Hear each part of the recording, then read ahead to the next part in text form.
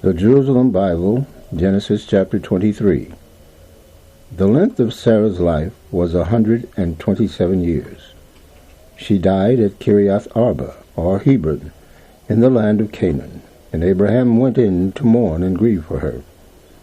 Then leaving his dead, Abraham spoke to the sons of Heth.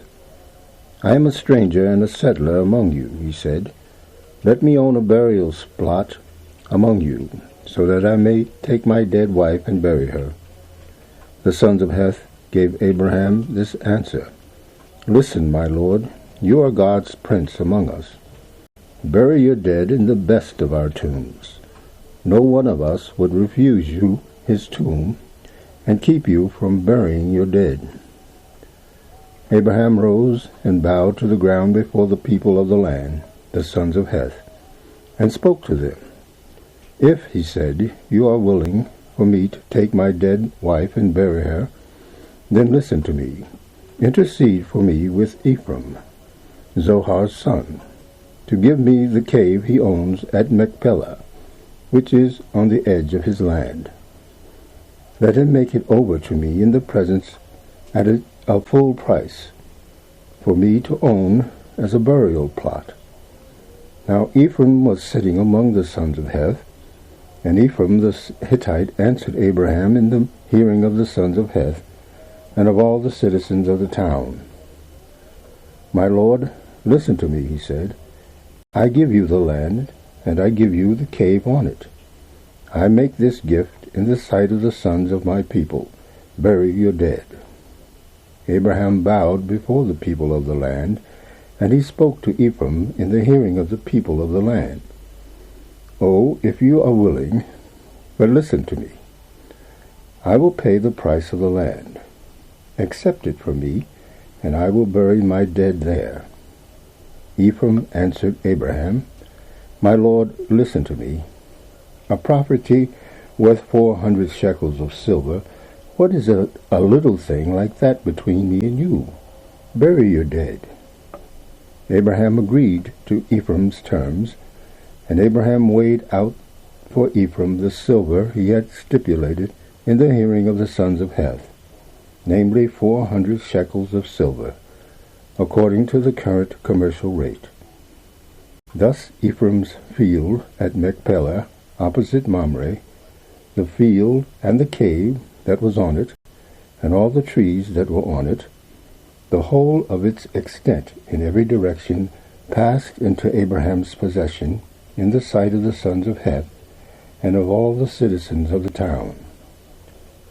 After this, Abraham buried his wife Sarah in the cave of the field of Machpelah, opposite Mamre, in the country of Canaan. And so the field and the cave that was on it passed from the sons of Heth into Abraham's possession to be owned as a burial plot. The Jerusalem Bible, Genesis chapter 24. By now Abraham was an old man, well on in years, and Yahweh had blessed him in every way. Abraham said to the eldest servant of his household, the steward of all his property, Place your hand under my thigh. I would have you swear by Yahweh, God of heaven and God of earth, that you will not choose a wife for my son from the daughters of the Canaanites among whom I live. Instead, go to my own land and my own kinfolk to choose a wife for my son Isaac. The servant asked him, What if the woman does not want to come with me to his country? Must I take your son back to the country from which you come? Abraham answered, On no account take my son back there. Yahweh, God of heaven and God of earth, took me from my father's home and from the land of my kinfolk, and he swore to me that he would give me this country to my descendants. He will now send his angel ahead of you, so that you may choose a wife for my son there. And if the woman does not want to come with you, you will be free from this oath of mine. Only do not take my son back there. And the servant placed his hand under the thigh of his master Abraham, and swore to him that he would do it. The servant took 10 of his master's camels, and something of the best of all his master owned, and set out for Aram Naharaim and Nahor's town. In the evening, at the time when women go down to draw water, he made the camels kneel outside the town near the well. And he said, Yahweh, God of my master Abraham, be with me today, and show your kindness to my master Abraham. Here I stand by the spring as the young women from the town come out to draw water. To one of the girls I will say, Please tilt your pitcher and let me drink. If she answers, Drink, and I will water your camels too, may she be the one you have chosen for my servant Isaac. This I shall know you have shown your kindness to my master. He had not finished speaking when Rebekah came out. She was the daughter of Bethuel, son of Milcah, wife of Abraham's brother Nahor. She had a pitcher on her shoulder. The girl was very beautiful and a virgin. No man had touched her. She went down to the spring, filled her pitcher, and came up again. Running to meet her, the servant says, Please give me a little water to drink from your pitcher. She replied, Drink, my lord, and she quickly lowered her pitcher on her arm and gave him a drink. When she had finished letting him drink, she said, I will draw water for your camels too, until they have had enough. She quickly emptied her pitcher into the trough, and ran to the well again to draw water, and drew water for all the camels. While the man watched in silence, wondering whether Yahweh had made his journey successful or not. When the camels had finished drinking, the man took a gold ring weighing half a shekel, and put it through her nostrils, and put on her arms 2 bracelets weighing 10 gold shekels. And he said, Whose daughter are you? Please tell me. Is there room at your father's house for us to spend the night? She answered, I am the daughter of Bethuel, the son whom Milcah bore to Nahor. And she went on, and we have plenty of straw and fodder and room to lodge. Then the man bowed down and worshipped Yahweh, saying, Blessed be Yahweh, God of my master Abraham, for he has not stopped showing kindness and goodness to my master. Yahweh has guided my steps to the house of my master's brother. The girl ran to her mother's house to tell what had happened. Now Rebekah had a brother called Laban, and Laban ran out to the man at the spring. As soon as he had seen the ring and the bracelets his sister was wearing, and had heard his sister Rebekah saying, This is what the man said to me, he went out to the man and found him standing by the camels at the spring. He said to him, Come in, blessed of Yahweh. Why stay out here when I have cleared the house and made room for the camels? The man went to the house, and Laban unloaded the camels. He provided straw and fodder for the camels and water for him and his companions to wash their feet. They offered him food, but he said, I will eat nothing before I have said what I have to say. Laban said, Speak. He said, I am the servant of Abraham. Yahweh has overwhelmed my master with blessings, and Abraham is now very rich. He has given him flocks and herds, silver and gold, men slaves and women slaves, camels and donkeys.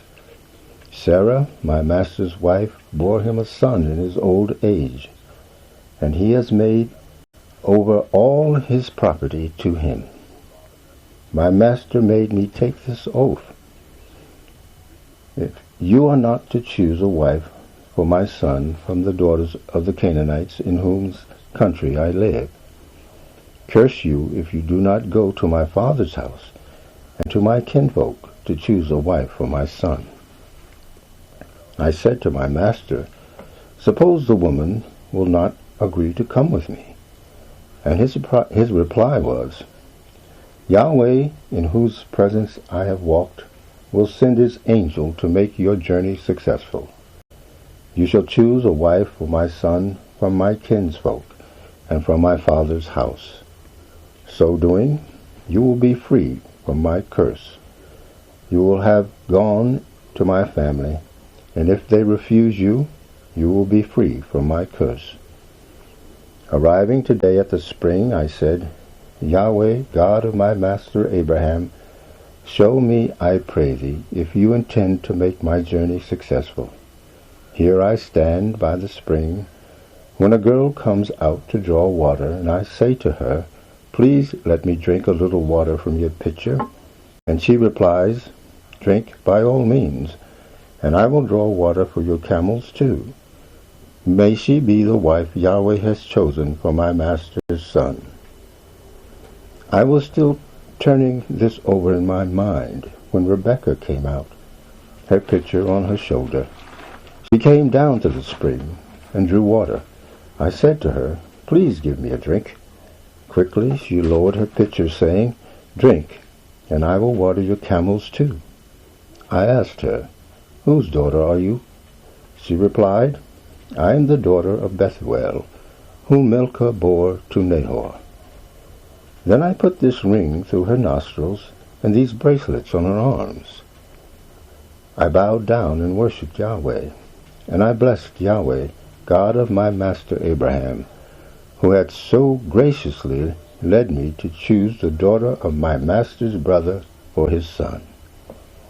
Now tell me whether you are prepared to show kindness and goodness to my master. If not, say so, and I shall know what to do." Laban and Bethuel replied, "This is from Yahweh. It is not in our power to say yes or no to you.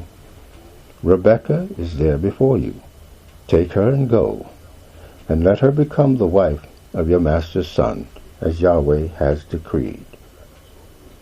On hearing this, Abraham's servant prostrated himself on the ground before Yahweh. He brought out silver and gold ornaments and clothes, which he gave to Rebekah. He also gave rich presents to her brother and to her mother. They ate and drank, he and his companions, and they spent the night there. Next morning, when they were up, he said, "Let me go back to my master." Rebekah's brother and mother replied, "Let the girl stay with us a few days, perhaps 10. After that she may go." But he replied, "Do not delay me. It is Yahweh who has made my journey successful. Let me leave to go back to my master." They replied, "Let us call the girl and find out what she has to say." They called Rebekah and asked her, "Do you want to leave with this man?" "I do," she replied. Accordingly, they let their sister Rebekah go with her nurse and Abraham's servant and his men. They blessed Rebekah in these words, "Sister of ours, increase to thousands and tens of thousands. May your descendants gain possession of the gates of their enemies." Rebekah and her servants stood up, mounted the camels, and followed the man. The servant took Rebekah and departed. Isaac, who lived in the Negeb, had meanwhile come into the wilderness of the well of Laharai. Now Isaac went walking in the fields at evening fell, and looking up he saw camels approaching. And Rebekah looked up and saw Isaac. She jumped down from her camel and asked the servant, "Who is that man walking through the fields to meet us?" The servant replied, "That is my master." She then took her veil and hid her face. The servant told Isaac, the whole story. And Isaac led Rebekah into his tent and made her his wife, and he loved her. And so Isaac was consoled for the loss of his mother.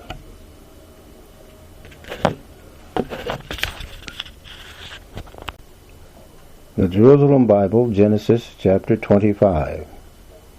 Abraham married another wife whose name was Keturah, and she bare him Zimram, Jokshan, Medan, Midian, Isbak, and Shua.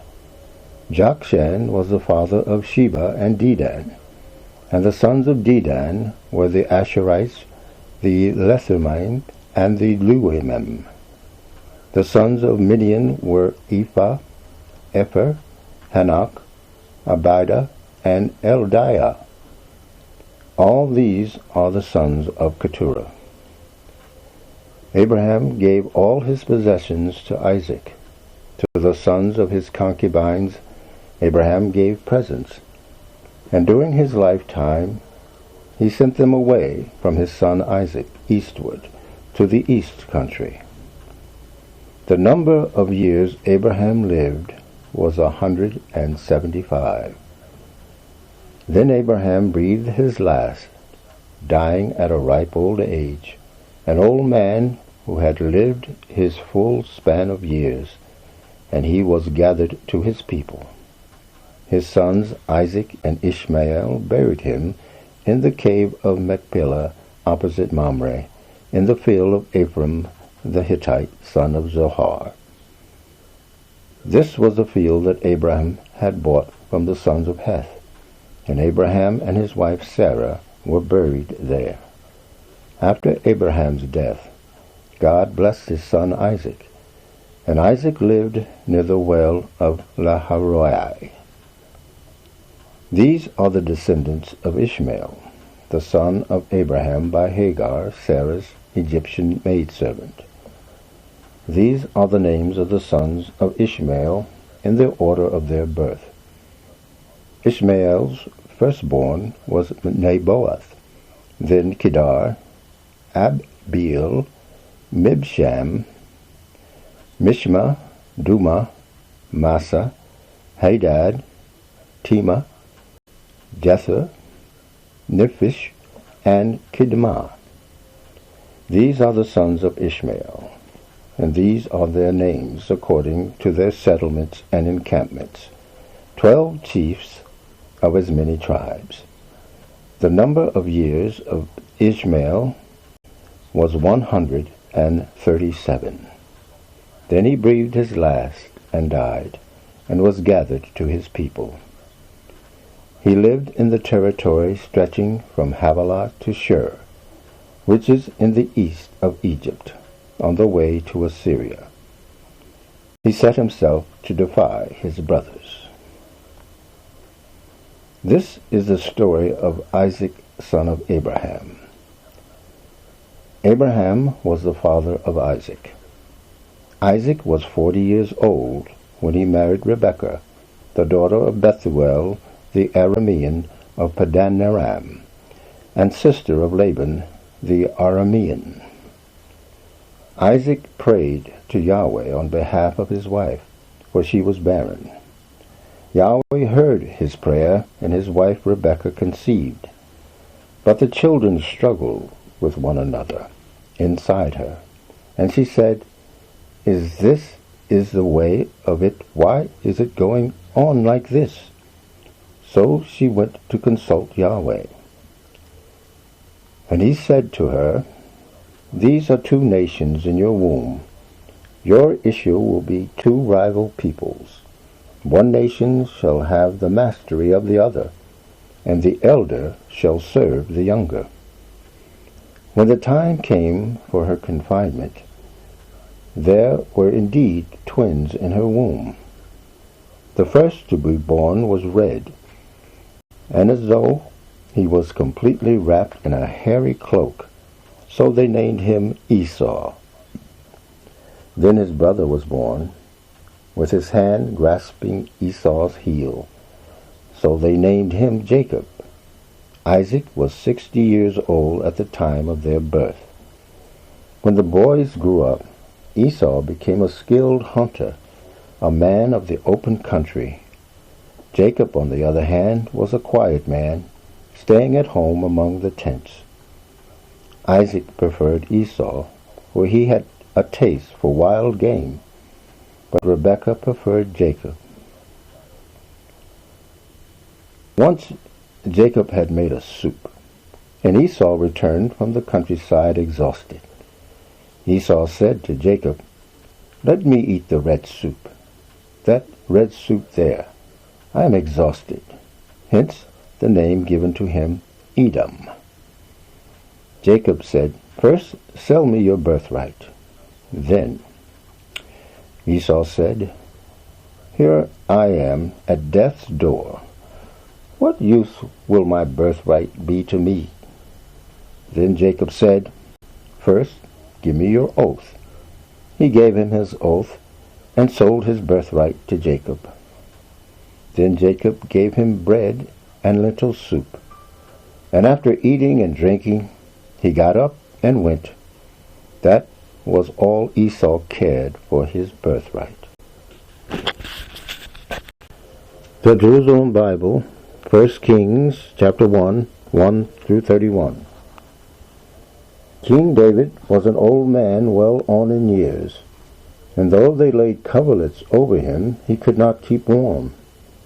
So his servant said to him, "Let some young girl be found for my lord the king, to wait on the king and look after him. She shall lie on your breast, and will be able to keep you warm." Having searched for a beautiful girl throughout the territory of Israel, they found Abishag the Shunammite, and brought her to the king. The girl was of great beauty. She looked after the king and waited on him, but the king had no intercourse with her. Now Adonijah, Haggith's son, was ambitious. He thought he might be king. Accordingly, he procured a chariot and a team with 50 men to run in front of him. At no time in his life had his father ever crossed him by asking, "Why do you behave like this?" He was also very handsome. His mother had given birth to him after Absalom. He conferred with Joab, son of Zeruiah, and with the priest Abiathar, who rallied to Adonijah's cause. But neither Zadok the priest, nor Benaiah, son of Jehoiada, nor the prophet Nathan, nor Shimei and his companions, David's champions, supported Adonijah.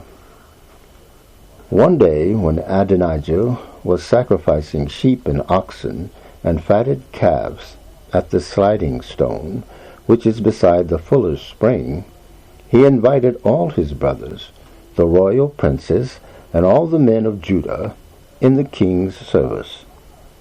But he did not invite prophet Nathan, nor Benaiah, nor the champions, nor his brother Solomon.